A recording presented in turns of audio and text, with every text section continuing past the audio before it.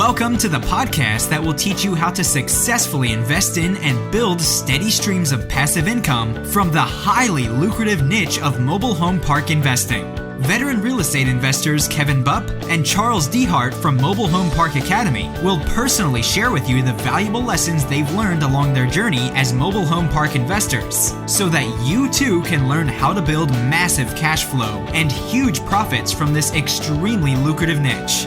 So without further ado, let's welcome your hosts for today's show, Keven Bupp and Charles Dehart. Welcome, guys and gals, to the Mobile Home Park Academy's weekly podcast, where we'll provide all the information that you need to know to successfully locate, negotiate, close on, and make huge profits from the lucrative niche of mobile home park investing. I'm your host, Keven Bupp, and today's show is part of an ongoing webinar series that my team and I have been hosting, where we invite a rotating panel of manufactured housing industry experts to discuss the state of our industry as it relates to not just the corona pandemic, but also the general outlook of the manufactured housing industry. In addition to that, we're going to talk about how you can not only survive, but ultimately thrive no matter what the current state of affairs are in our country. And in this webinar, we are joined by Keven Enger, who is a top broker with Capstones Manufactured Housing Division, and MJ Vukovich, who is a senior VP of Mortgage Brokerage Services for Bellwether Enterprises. And so, guys, I'm very excited to get on to the show, but before we do, I just have a few quick housekeeping items. First and foremost, to get signed up for our next event, our next webinar, which is going to be held Wednesday, June 17th at 2 p.m. Eastern Time, simply go to the link in the show notes to get registered. In addition to that, I want to remind you of the free gift that we offer each and every listener that takes the time to leave a rating and review on iTunes. And what we'll give you is the exact cold call script that we use in our very own business. We've used this exact cold call script to purchase about half of our mobile home park portfolio today. And so if you're serious about getting either started in the business or taking your current MHP business to the next level, then you really need to be cold calling park owners directly, and this script will help put you on your path to success. Now, to redeem that free gift, simply send an email to gift@mobilehomeparkacademy.com and just tell us who you are and what screen name that you use to leave the review, and we'll go ahead and shoot that free gift your way.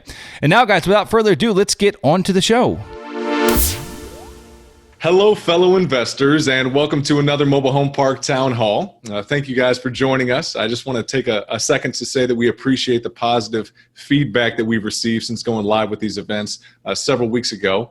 Many of our listeners have reached out to thank us for helping them keep their finger on the pulse of the market, and we're going to continue to do our best to bring on some great guests that are going to share some phenomenal insights with you that are going to help continue to improve your investment business over your investment journey. So for reference, I'm your host, Brian Spear, along with my co-host and business partner, Keven Bupp.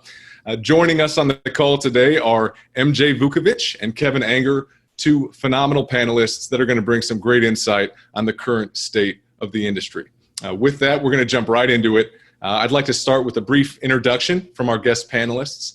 So if each of you guys could give us just maybe a 60-second overview of your background, and then we'll head into questions directly from the audience. I'll pass the mic first to MJ. If you can give us a 60-second intro, it'd be very much appreciated, bud. Great. Yeah, thanks, Brian. Appreciate it, and thanks for having me on. My name is MJ Vukovich. I work for Bellwether Enterprise as a Senior Vice President, and our team does a national MHC lending practice. So we've done lots of lending in kind of all different ways, shapes, sizes, and forms across the U.S., about $1 billion over the last year and a half or so. So we've done quite a bit and continue to do so. We love the space. My background is on the ownership side of the space. My family's business has manufactured housing communities that my grandfather and father and uncle started. Also worked for a large REIT in the past, and so I've kind of got both sides to my history, which is helpful as we're working through financing. So that's a little blurb on me, and I'll kick it over to Keven. Hey, thanks. Yeah, thanks for having me, guys. My name's Keven Enger. I'm with Capstone. I run the manufactured housing division over here. Capstone is a multifamily platform. We started we started the MH side probably 6 years ago. I've been in MH brokerage for about 10 years. It was interesting. I didn't realize that my bio had not been updated when you shared the bio with the invite. It said Florida. Started in Florida, doing a lot, kind of in Central Florida. Now we currently have deals. We have assignments in 22 different states, so the business has grown. Excited to be here. Awesome. Again, very, very much appreciated, guys. With that, I'd love to just jump right into questions here. We had several of them obviously come in. We couldn't get to all of them last time, so I'd love to just start with some of the ones that we've compiled over the last couple of weeks. There's clearly been a large amount of volatility over the last several months. Over the last 10 years, largely mobile home parks have continued to increase in value, but over the last several months, there's been a lot of volatility. Given that, has there been a change in what buyers are seeking? Again, the question is, what are buyers seeking right now in mid-2020, and how has that changed over the last 12 months? Would love to toss that to Kevin first here. Yeah, sure. For what buyers are looking for, I think there's still a ton of demand for parks. We saw about a 2-week lapse, and where it was, we were able to kind of exhale for a moment, but pick right back up at that point. Just a lot more demand. There's this, this is affordable housing. It's kind of the backstop for society. So we're just seeing increased demand. But one thing that, I think there's probably a little bit less demand in value add deals right now, because there's some concern about, what the next 6 months is going to look like, and just as far as exposure in some of those projects. Very interesting. And one thing you had mentioned, Kevin, before we got rolling here is when we were just chatting, is that you had you've had a great start to the year up until this point as far as number of transactions, and had a number of just a few transactions that ultimately fell apart during the I guess the COVID crisis, whatever stage of it that you were in, but ultimately those very quickly found another viable buyer, oftentimes at a better term or better price point than the prior that might have fallen out, which is a good sign, generally speaking. So, yeah, we went into this with 17 under contract or under agreement. We had I think 3 or 4 that fell out and went back under contract with, to your point, like with either more proven groups or higher pricing. So. We've had a couple that, even in the last week that we've had in the market for a significant amount of time that didn't get as much activity pre-COVID, and now are going under agreement. So there's a lot of buyers. What do you think the catalyst was that actually the ones that fell out to where ultimately ended up trading at a higher price point, at least going back in the contract at a higher price point? What was it that you thought those new buyers saw that maybe the prior did not, especially during this volatile time? I think they just, that's a great question. I think that it just kind of reinforces the space, really. The ones that backed away were, I would say were like kind of overly conservative groups. And then the ones that came in are, as well known, but just a little bit more aggressive, and kind of have a super high level of confidence in what this looks like moving forward. Yeah, great. And may have a little bit more of a long-term horizon, knowing that in the very short term here, there may be a little bit of a blip, but over the long term, again, the economics remain extremely strong. Love every bit of that. Yeah, love every bit of that. To that end, folks that have been seeking liquidity events in one way or another, buyers that are looking to dispose of their assets, but even those that are simply trying to tap into the equity, assuming that they did not want to sell given the crazy volatility in the market today, they just wanted to tap into a refinance. Walk me through maybe some ways, Mirko, that folks could improve their community, improve the marketability of their community to try to increase the valuation for that refinance if they're looking to tap into that in the next maybe 6 to 12 months. Yeah, good question. And I think, kind of echoing some of Kevin's sentiments, the MHC product type as a whole or asset has performed really well over COVID. And, lenders were nervous about all kinds of commercial real estate assets, but stuff that's gotten hammered has been retail, and hospitality has been really in a tough spot. And so I think from an MHC standpoint, seeing how well the collections have done, seeing how, we preach all the time, it's a recession-resistant product and asset. Everyone needs a house. So this is a great case study for that, in that, collections by and large have been very good. And even peak move-ins have been really good. I don't know if you guys saw recently Sun Communities release on their move-ins, but they netted, I think, across their portfolio something like 250 positive, which is incredible. And so I think as you're looking to refinance the next 6 to 12 months, make sure your collections are good. Hopefully they are. Most people I've talked to have been. Occupancy, like a new home or two makes a huge difference. Any of that deferred maintenance that you've been kind of putting off, take care of that. And those are the big things that'll really help. Fannie Mae and Freddie Mac are still very much in the market. The Fed backing them up has kept them in the market, and rates are really good for them right now. CMBS has started coming back into the market. I've been getting a lot more calls from CMBS lenders. So things are creeping back to life, normal life, if you will. And MHC is really a preferred product type. Yeah, love every bit of that. While CMBS had kind of gone away and likely will be kind of in the back burner for some time, it gives folks an opportunity to renovate the community, make those improvements to try to drive the profitability of the asset and ultimately increase the valuation. You referenced increasing the occupancy, filling some vacant lots during this period of time. Love every bit of that. There's a lot of different ways that an operator can go at that. Given your experience, what are some of the best options for folks in today's environment to fill those vacant lots? What have some of the most successful buyers done to actually increase occupancy? Yeah, it's a great question. And, a lot of the buyers have taken advantage of lines of credit and financing terms from the manufacturers themselves. So going to your manufacturer, knowing who they are, and saying, hey, I'd love to put new homes in my park and really push my occupancy, make it look great. Manufacturers want to put out homes. They still, it's COVID kind of put everybody on a little bit of a hold, say, okay, what's going on? And so all those, and that's right in the middle of order season for manufacturers, March and April. I mean, that is a huge time for those guys. So more of those are coming back to life, but they want those orders. And, places like 21st Mortgage has started to get more and more competitive. I know, there are other groups like them around that have started to get a little more capital that we've seen. So I think in those cases, for your new homes, those are the places to go.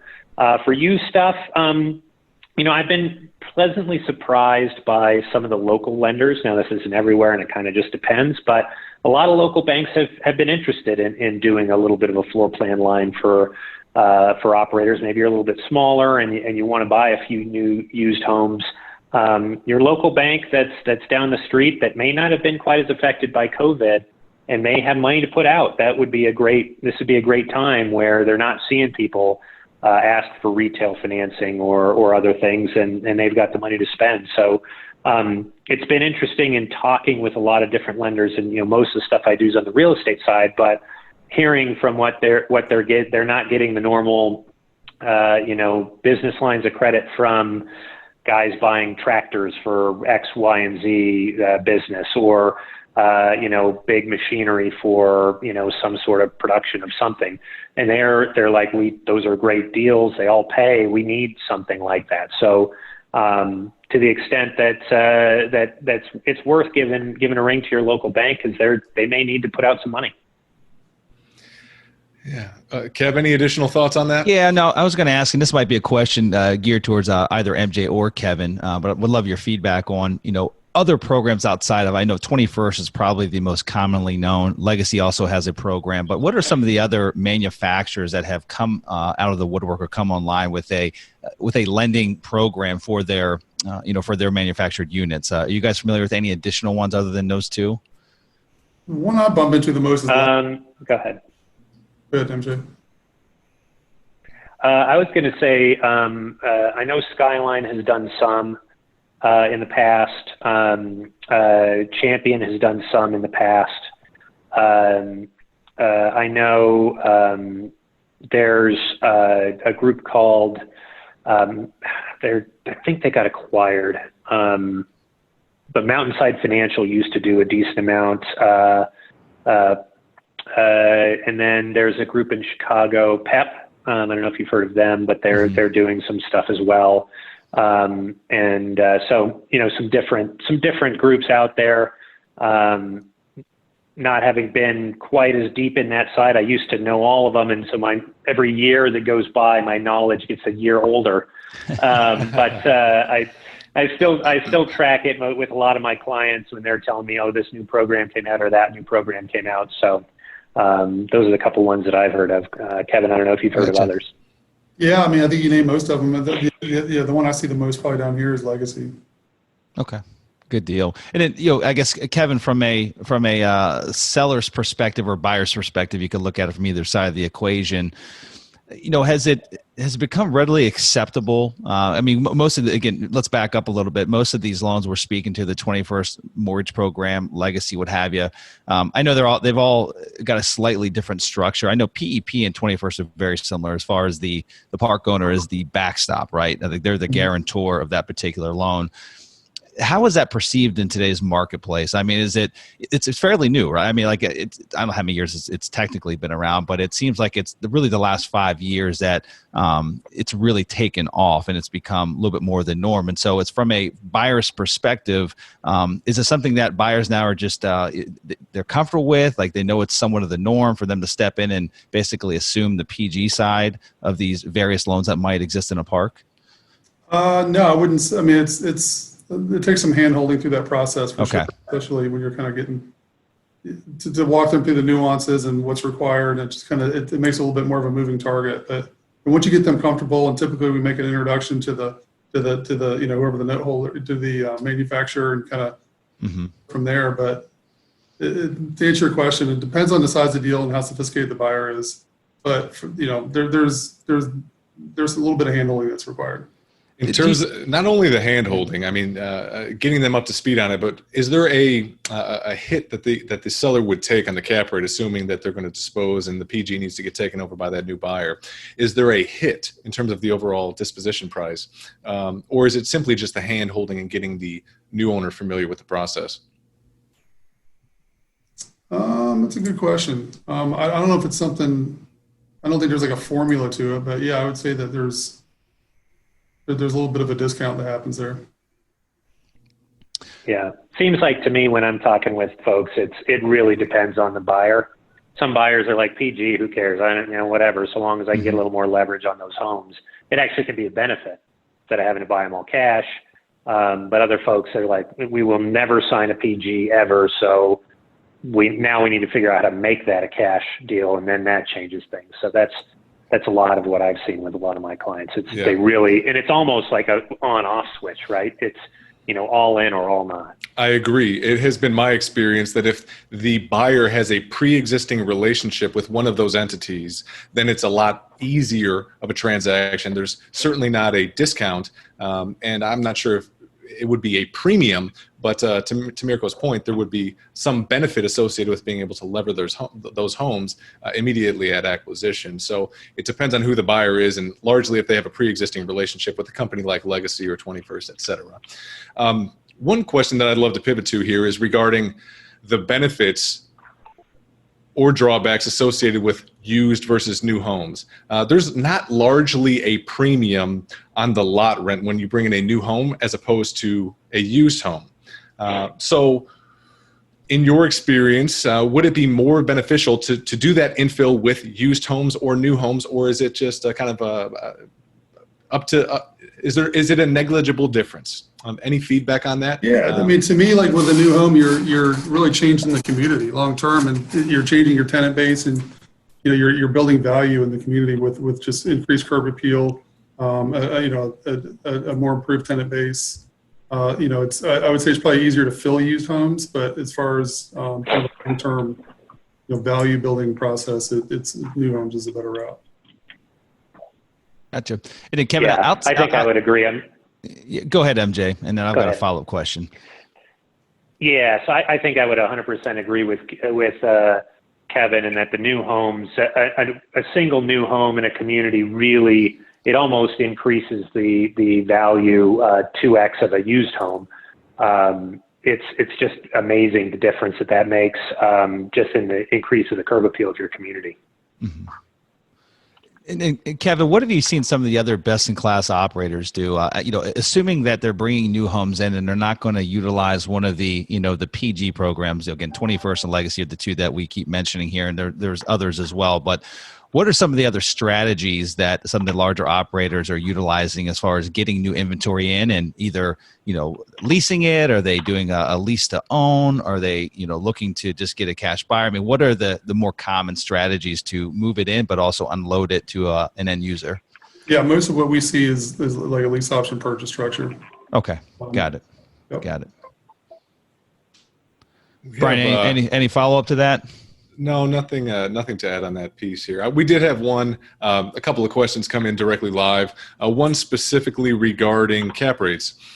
Given the increasing institutional interest in the space, do you expect that MHP cap rates will eventually compress to the levels of multifamily or self-storage assets?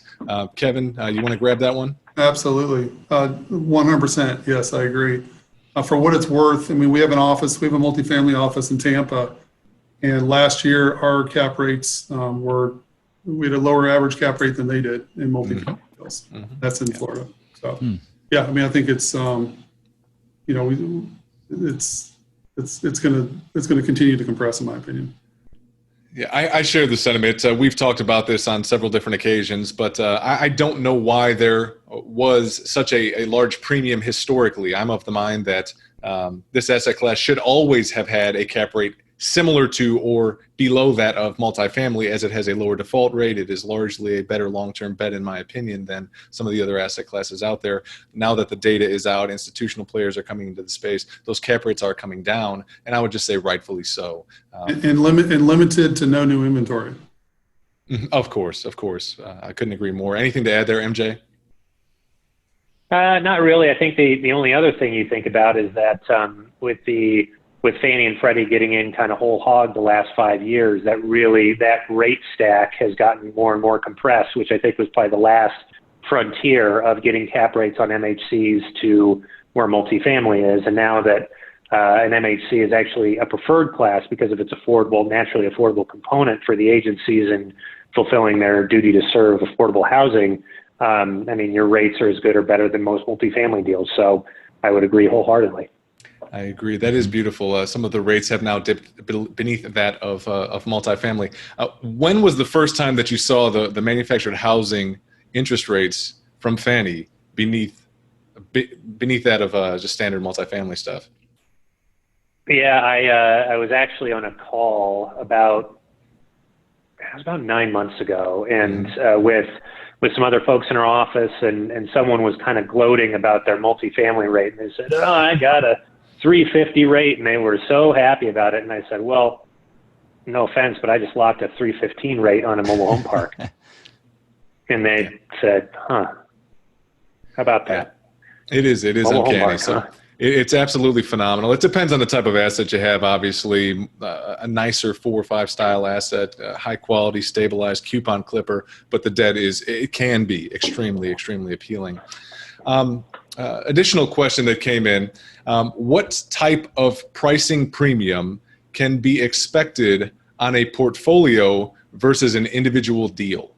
Kevin, you want to take that as a broker? Sure. I think that's obviously with the portfolio, you have economies of scale, you have shared management, so you can, combine, lower expenses to some rate.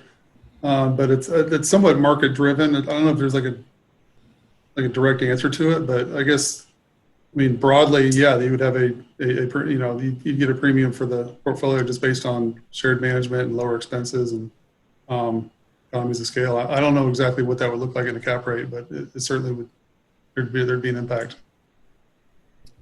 Share the sentiment. An additional question here regarding Lonnie dealers.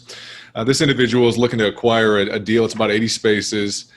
Where 20 units are owned by one individual mobile home investor, a Lonnie dealer. Is this too much risk to pursue?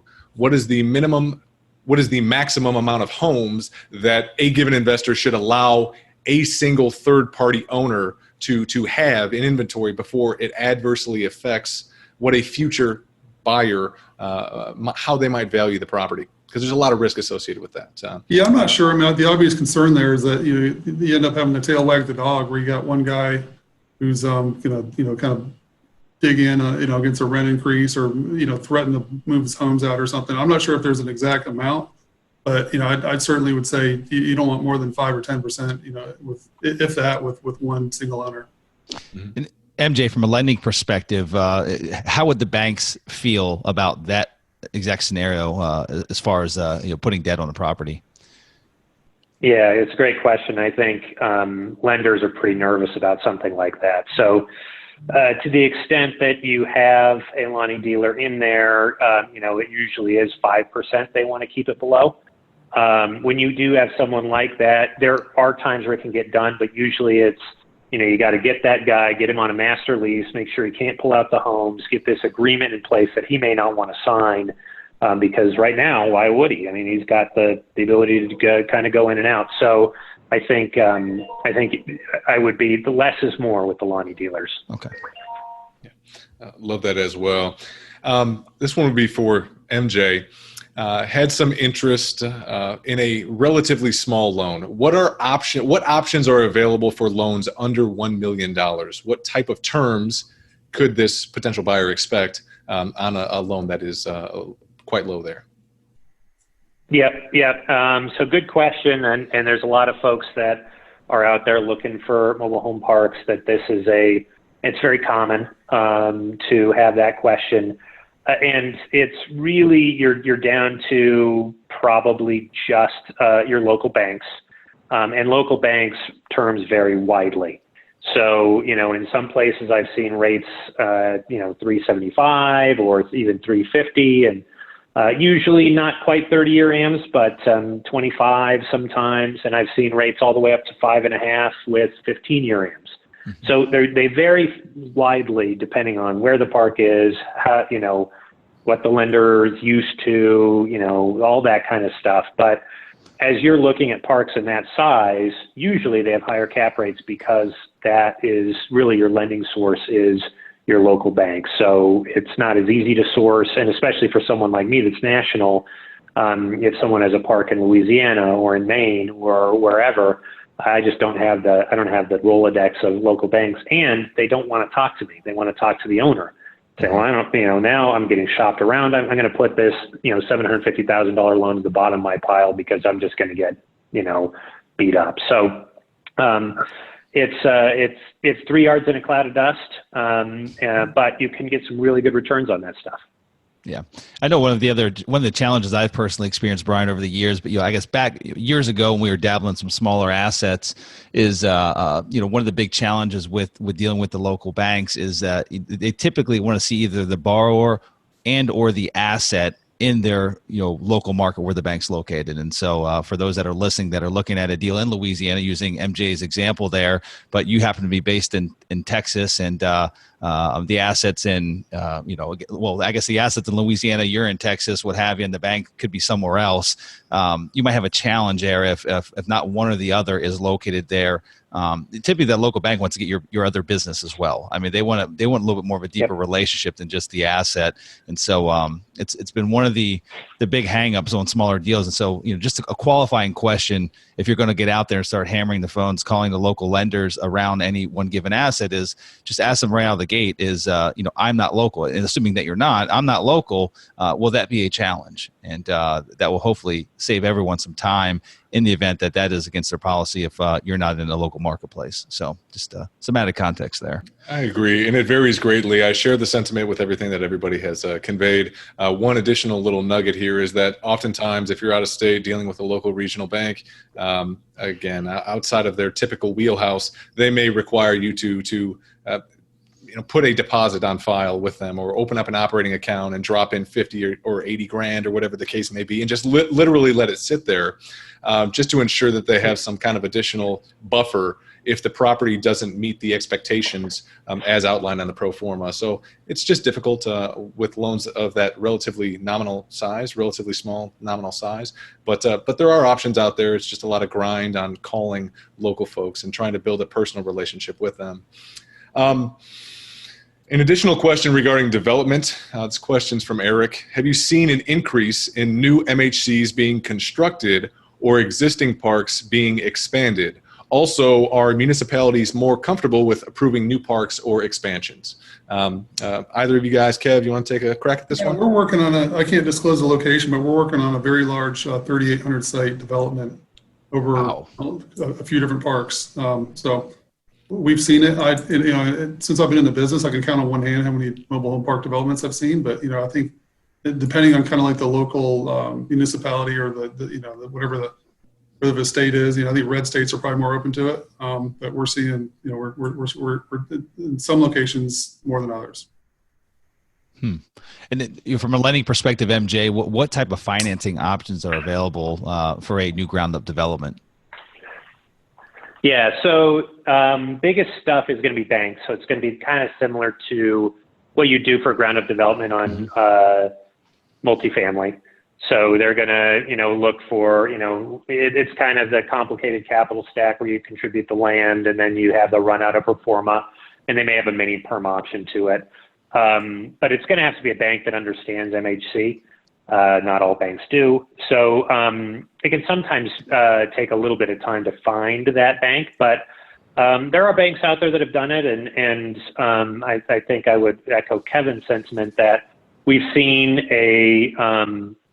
a few groups that have been really good at doing development over the last few years, even in certain cities around the country that, it had been previously basically impossible to get a mobile home park developed and approved. But yeah, if you're, red states, a little less, kind of softer zoning areas, like counties, that's been happening. I'd be interested to see if there's been any halt to it from kind of the smaller point of view, the expansion point of view, just from COVID. But I think people, because of the prices that a lot of the existing stuff have gotten to, and talking about cap rates previously, the development starts making a little bit more sense. Got it.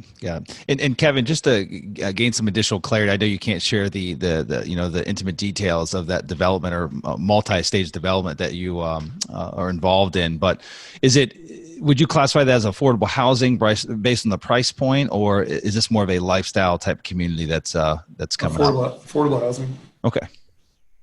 Got it. Okay. Moving on to the next question here. There's always a little bit of a question on how the upside should be valued in any given transaction. If you have vacant lots, how should those be valued from the buyer when acquiring a given deal? How are buyers in today's market valuing vacant lots, and is some of the upside being priced into the acquisitions? Kev, you want to take a crack at this one? Yeah, sure. I mean, I think like this is always tough to quantify. I think again, it's like deal driven, market driven. Typically, if there's some vacant sites, the first question is why are they vacant? Because like a lot of guys who own parks and they're like, hey, you can bring in 10 homes. It's like, hey, how come you haven't? Is there demand? Is it really value there? If there is, I mean, in my experience, you kind of just get a little bit more aggressive on the in-place. On the in-place cap rate. I agree. It is all about the market, and even heading back to the previous question, whether or not a mobile home park can actually be newly developed. I mean, it's going to largely have to be in a relatively strong market. I mean, if you don't have the ability to sell new homes, you may be able to get zoning to build a brand new mobile home park in a tertiary market. There's a little less onerous zoning regulations in that sort of environment, but it's more difficult to push new homes on that brand new development. So you have to have a nice semblance of relatively high lot rents, relatively low cap rate, and a strong market to justify infilling rather quickly after developing those new lots, or shortly after acquisition if it's a pre-existing vacant lot. So it's as everyone has mentioned, a lot of it is certainly market driven. It's speaking real quick to the to the infill, just from the lending perspective, MJ. I know that Fannie has they've always kind of had their druthers about the number of POH that exists in a particular community. And I know that, LTO are still factored as a POH, a park-owned home. And so where are they at today? Where is their stance as far as the comfortability of how many actual park-owned units can be in a community before they'll either yay or nay a deal? Yeah, good. It's a good question, and it doesn't have as a straight answer, and I think that is a good thing. It used to be, actually a long time ago, it used to be 5%, no more than 5, and that was basically like, all right, there's not that many that have that. There's always some turn, and there's the proviso that your park has to have a trend towards renewal. So it's kind of the catch-22 where you need park-owned homes to have new homes in, but yet you're not allowed to have park-owned homes. So their kind of standard is 25% park-owned homes, which, like you said, Kevin, includes LTO, RTO, lease with any version of that. But I've routinely seen them float above to 35% with like, all right, you got 35%. What's the plan? Are you planning to go to 70%? Are you planning to sell these homes over time? Are they RTOs or is it just rentals? Those make a big difference. And then there's special circumstances. If there was one park that I worked on, it was in the Dallas MSA, great place to sell homes. The guy that currently owned it didn't want to sell them. So he's 65% park-owned homes. A bunch of them were new. It was a great looking park. But the borrower, or the buyer bought it and said, hey, look, I can sell these houses down to 30% in a year. Like, this market's great. We can easily get them sold. And so, with the business plan they had, they showed they'd done it a couple other places.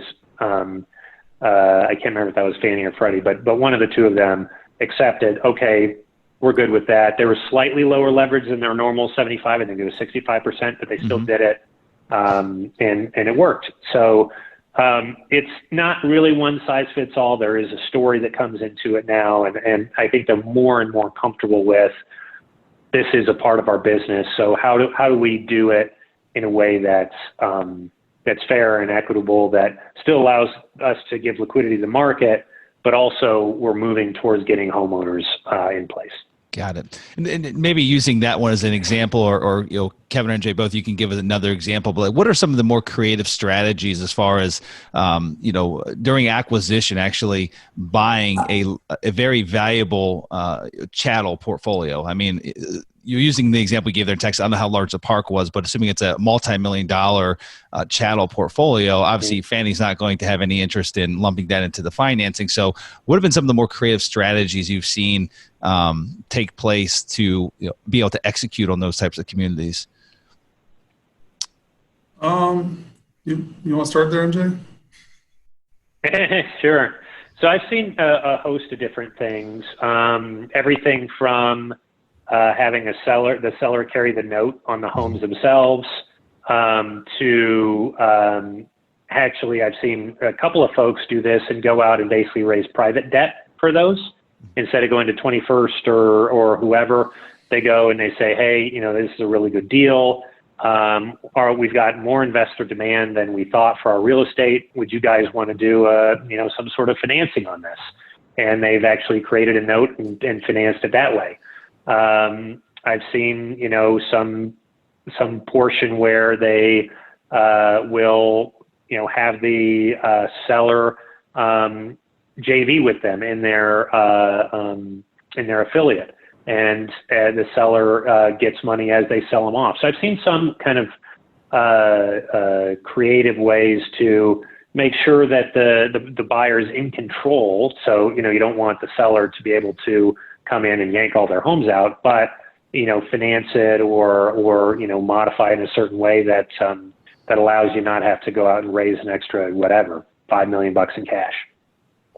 Yeah, I'd say like the last 2 or 3 that we've worked on have all been owner finance, interestingly enough. Okay.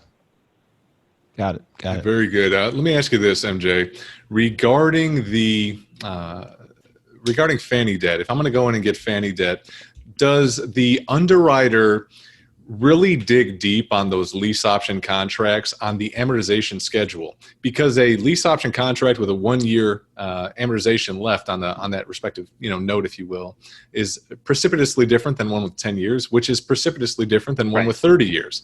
Obviously, the green tree stuff that all went bust in 2000, you have a 30-year am on a mobile home, that doesn't work out too terribly well.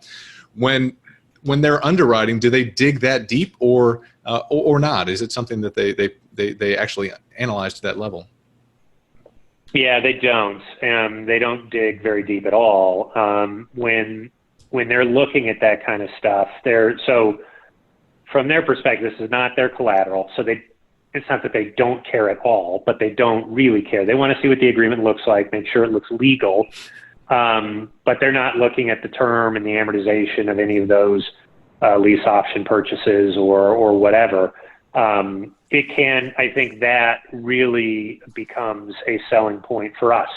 So when you come to me and you say, hey, granted, this is 50% park-owned homes, but 2/3 of these are going to get paid off within the next 18 months. And we can show that amortization schedule to Fannie Mae and the underwriter, and then they go, okay, this makes sense as part of our story. But, from the perspective of who's the underlying financiers of the folks in the park, who's, what does that look like in terms of the affiliate-owned notes, and they just don't care. And I think the thought process is, for the park-owned homes, we're assuming that those are going to fail. We just assume they're going to fail and they're going to have to turn over and they're rentals. That's why we assume they're rentals forever. Mm-hmm. And on the note side, they're assuming that the residents, and they do, have a little more strength in that agreement, in that they're in an equity position. So they're going to want to protect that more. And it's going to take not that easy to kick them out, so that in theory, the owner is going to try to work with them more. So they're probably could be a little more look into that, but from their analysis, from kind of Fannie and Freddie's, they go, where we really need to look is that bright line, who's on the title. If it's the tenant, we feel much more comfortable than we do if it's the affiliate. Got it. And, carrying on with that same theme, I got another question. I think, Kevin, I'd love to hear your answer to regarding, LTO or RTO contracts, depending on what type of structure it is, but, one and the same. How are those valued? I mean, right, there's an income stream there. I've seen to where that income stream has a valuation. I've seen the other flip side to where it's just a shell value, because we know that there might not be as high of a default with a LTO or an RTO as a regular rental. However, there is there's still a substantial default rate in that realm of things. And so what is the more common practice for evaluating those types of contracts or, park-owned homes? Yeah, it can be a little bit ambiguous. It's a little bit of a moving target based on the tenant base, based on the turnover, based on the quality of the homes, based on but typically it's some sort of a discount off of the remaining balance. Mm-hmm. But usually when there is if we're bringing a deal to market that's got a park-owned home component and a lease option purchase component, we usually bring those out on price because people underwrite those differently and their lenders are going to underwrite them differently. So I'm not really answering your question, but it's we basically provide a lease option and then here, call MJ. No, but it's I would say, again, I think it depends on the quality of the homes, depends on the frequency of the turnover. Usually we all know that like these LOPs typically it takes 3 times to sell them. So kind of the stickiness of the contracts. Yeah, got it. Brian, any follow-up to that? You good? No follow-up. But moving on to the next question here. Would love to hear some tips and or tricks to help prepare a mobile home park for disposition. What are some of the things that folks should do, again, leading up to that disposition? Yeah, I think a rent roll and a P&L is a good starting point. Fortunately, we've kind of outgrown the napkins and we're not having to construct as many P&Ls as we used to. But for real, having good records, I think like filling any available homes, I mean, rehab those and fill them. Just some curb, like pressure washing goes a long way. Having a park cleanup where you go through and, provide a dumpster for everyone to clean, their stuff out of the yard. I think, like, in my opinion, it's almost like, when you, on a single family home, the one thing that you can do that you actually get more than your money's worth is the front door. I would consider that with the roads. Go through and redo the roads. It really completely changes the look of the community. And then just some minor curb appeal projects, in my opinion. Yeah, I know one of the things, Brian, that we've done in the past in some communities, even if it's not a home that we own, if they're tenant-owned homes, is just go through and just set aside a budget for, cool ceiling roofs, power washing everyone's home, fixing skirting, or offering a discounted rate for repairing skirting, or, offering the material if they're going to do it themselves, what have you.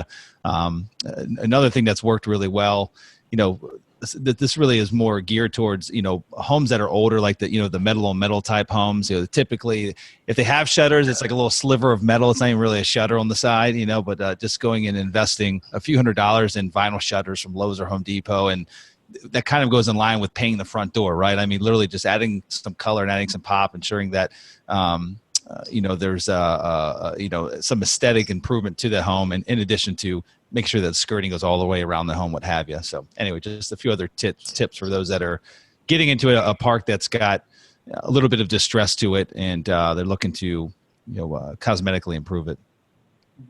Yeah, I share the sentiment. One additional little nugget here is you're obviously looking to attract the best possible financing, right? If you're currently sitting at regional bank debt, you want to move up the ladder to CMBS if possible, and then move up the ladder to agency, the best of all, if you can. In order to do so, there's usually a little bit more stringent requirements to get up to that agency debt. So buying deals that wouldn't today qualify for agency lending, whether that is due to the lack of occupancy inside of that community or due to the distress, having too many hitches on the homes, a litany of different small things like that you can fix, and then attract agency debt, goes a long way to just driving the bottom line and really increasing your internal rate of return significantly. So that would be my suggestion there.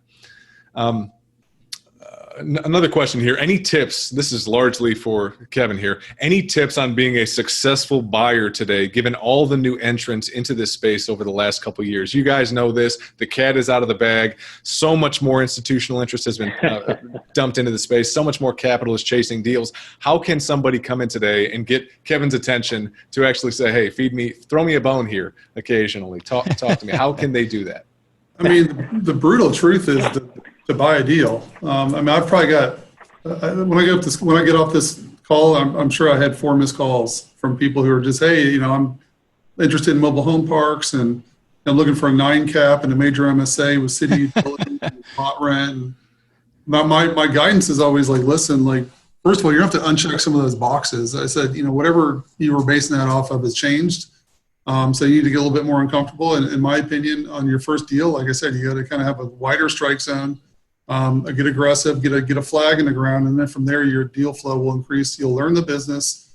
Your deal flow will increase tremendously because you have a track record. And I know it's easier said than done, but I guess my number one thing would just be to be a little bit more realistic in what you're looking for. Yeah, it's a lot easier once you actually get one under your belt to get some attention to folks. And if you have not yet done that, putting together something about your personal track record in business in general, whatever that may be, also source of funds, wherever that is coming from, something that can prove that you are a credible human being that actually Keven should pay attention to and actually, take 10, 20, 30 minutes out of his day, which is largely packed full with folks calling to chase the same exact deal. I'd ask that same sort of question to MJ. I mean, I'm sure that you get a lot of folks reaching out to you, some of whom are kicking tires as opposed to trying to get legitimate financing that can help you garner commissions. Ultimately, you're largely commission-based here, so you want to spend your time wisely. To that end, when somebody approaches you, how should they approach you? What do you like to see when somebody reaches out to you? Yeah, great question.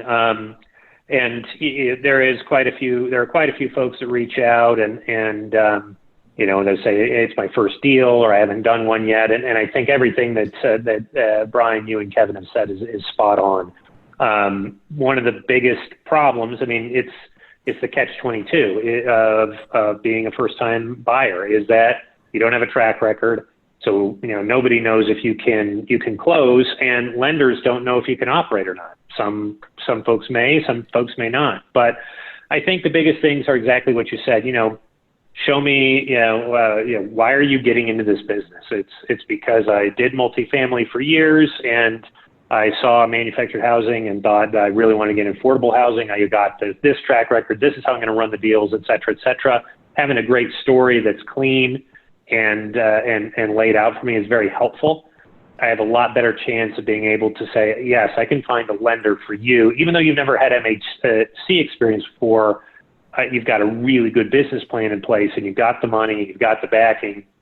I can see lenders taking a punt on that, as opposed to you send me a paragraph email that's one run-on sentence with no capitalization or punctuation that says, I want to try really hard and I know I can do it, which is great. And I get those a lot. And I appreciate that you're going to try really hard, but that has gotten me 0 loans closed. Yeah. So far. And emails that are obvious mail merges aren't the most productive way either. Agreed. Yeah. A little bit of personalized follow-up, a legitimate schedule of real estate owned, and a real bio on who you are and what you've done historically goes a long way. I've had people even reach out and say, like, hey, like, this person's a mentor, like someone who's a little bit more well-known in the business. And that's powerful too. Yeah. Kevin, on your side, as far as obviously you can only have so many conversations a day, right? Same as MJ, right? You get paid when a deal actually makes it to closing. Is one of your filtering techniques to actually someone ask for a proof of funds, or try to figure out really is this individual, do they actually even have the capital close? Before I waste any time here, if I'm going to send them a deal, should I go ahead and evaluate them a little deeper before we spend any time together, or is that basically happen once they show an interest in a particular property? Depends on the deal size. Unfortunately, on anything over like $2 million, the first question and really only question is, do you own a park? Got it. Anything lower than that is then you kind of get into those conversations. But the number one qualifier is, hey, great, nice to meet you. What do you own? Mm-hmm. Fair enough. Exactly. Pivoting on to an additional question here. He's looking to acquire a deal that has both MH and an RV section. How do you evaluate the RV income in this hybrid MHP/RV park? Kevin, it depends on the what kind of an RV component it is. There's a couple different things. Like down here, it's almost more like hospitality, where it's a motor coach destination where it's short-term stays. But if it's kind of a continuation of the manufactured housing community, which is just more permanent units that happen to be park models or RVs, then I would say it's somewhat similar. So I guess it just kind of depends on the the average stay of and the kind of the profile of the RV tenants. Couldn't agree more. We both know that when you drive through these communities, whether the title of an RV, it is what it is. But when you drive through and you see that RV has a wooden deck that has been there for 10 years affixed to it, you know that RV is not going to leave. However, it is still coined an RV and will need to be conveyed as such to the lender. So Mirko, do the underwriters actually take account for that, whether it's a legitimate recurring income stream or something that could be much more transient? Or is it just, hey, this is an RV is an RV is an RV, and lenders want to see a certain percentage beneath a given threshold? Yeah, so it's a good question. And they do look at them differently. One RV site is not the same as all others, and they definitely like obviously the longer term stay is better. So if you're kind of ranking them, folks that are long-term stay have long-term leases, year-long lease, or, they've been there forever. Those are definitely the best. Then your senior, hopefully more like, hey, I'm here half the year, but I pay the whole year type of thing. Then it's your vacation. So it's there, but it's probably only open 6 months. Then your working RV folks. And the big problem they have here is that that's often tied to transient industries. That's why you're there, you're working a job for a short period of time, and then you go. And so they're not big fans of that. And maybe even below that is the nightly RV in like a campsite. That's probably the very bottom. But the lenders will look at it from the point of view of, yes, it is an RV. They want to see the permanence of it, but they can work with it. So it's not just, hey, because it's got RVs, you just can't underwrite that income. They do look at that income slightly differently. They will want a longer history on that, and they'll look more towards that. So with an MHC, when you put in your rent increase, say, $20 rent increase goes in May 1st, and they start paying on May 1st, most lenders, after that first month of payment, they'll be like, all right, we can assume that's going to happen the rest of the year. Unfortunately, even if you do that in RV, they're going to say that's great for that month. Now you got 1 month of that and 11 months of the other stuff. So that's one of the things you want to be careful of as you're getting RV sites, is that they don't look at them the same and impute those rent increases necessarily going forward. Now, if you can prove, every one of these 20 RV sites has been there 10 years or more, you may have a better story. But typically speaking, they're looking at kind of a 12-month rolling history. Yeah, love that. Follow up by Wesley. Is it possible for an RV park or an RV/MHP hybrid to qualify for Fannie Mae debt, the agency debt? You can, depending on the number of RV sites and the quality of the property. So you're going to have a higher quality property than kind of your 3-star MHC that's all MHC. That's, that if it was half RV, it'd be a lot tougher.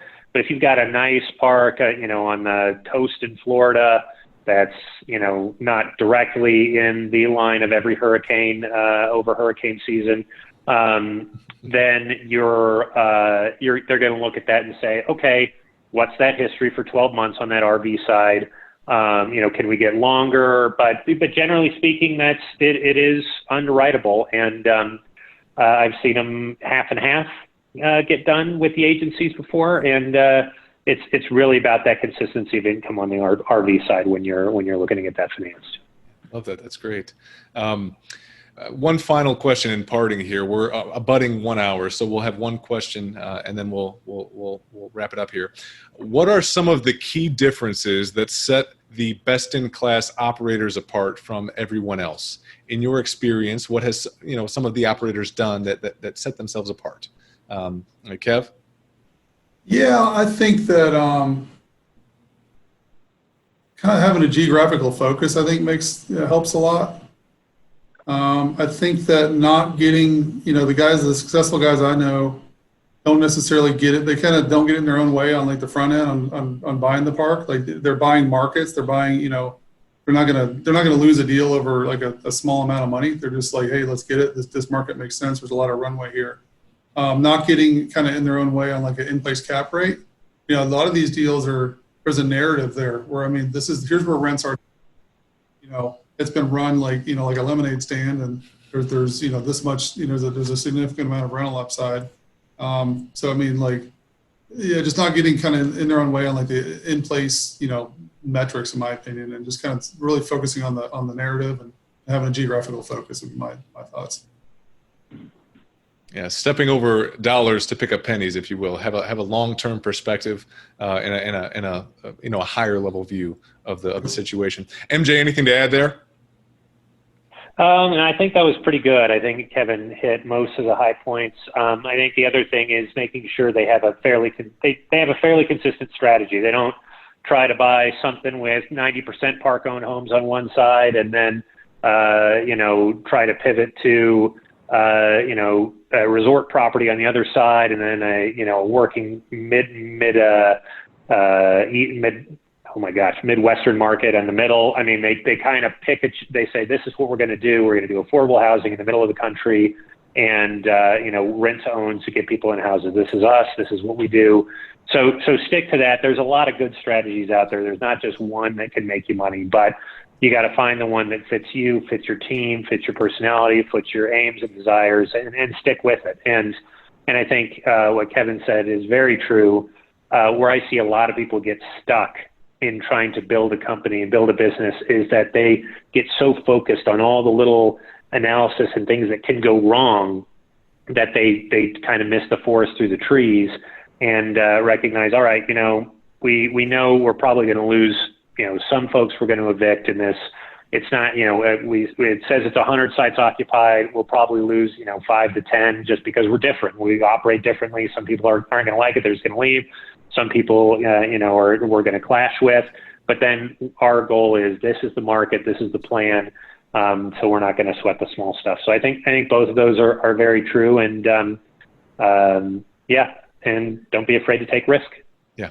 Love every bit of that. I mean, you're never going to find the perfect park that is not going to have any hiccups. No matter what deal we have ever done, every deal we've ever bought, there's been something that we did not see coming, some bumps along the way. It's why you put a little margin in the numbers to account for that, a little bit of fudge factor, if you will, because every deal is going to have some uncertainties, and that's just the risk that you must take if you're going to dive into any business, and generally speaking. So that's all I have. Kev, do you have anything else? Kevin Bupp, Mr. KV. Yeah, I know. Two different The Kevins Kevin here. thing was just weird today. I don't really think. Yeah, I don't think we thought that through, did we? Yeah, I know. Next time we figure it out. Mr. Anger. That's what I'm going to call you for that. I may have answered some of your questions. I apologize. Yeah, no. Yeah, no, I think we've nailed it, and just want to thank MJ and both Kevin for coming on here and Brian for moderating. I think that we covered a lot of ground in a fairly short period of time. So asked a lot of questions. We still have a lot more on the agenda, but we'll cut it off here today, guys. Kev, MJ, very, very much appreciated. If you could give me a couple of minutes here, tell me how folks can reach out to you should they have an interest in touching base. Kev, go ahead. Yeah, I would say that the best way is, we have most of our on-market listings on our website. You can access, those our inventory there. My contact information is there. It's probably easier to, through the capstonemh.com. You can see my contact information there. It's probably the easiest way. Love that. MJ? Yeah. So you can go to bellwetherenterprise.com, and it'll take you a while to find me. So I'll give you my email, which is probably the quickest way to get a hold of me.